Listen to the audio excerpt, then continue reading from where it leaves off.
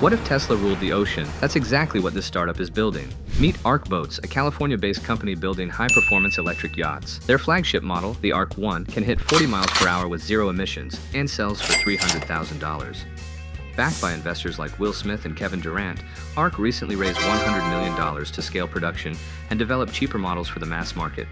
Their pitch? Quiet, powerful, and sustainable luxury boating, powered by aerospace-grade battery tech, tapping into the $40 billion recreational boating industry. They're not just making boats, they're building the Tesla of water. Would you trade your yacht for an electric one like Arc? Comment below and don't forget to subscribe for more business breakdowns like this.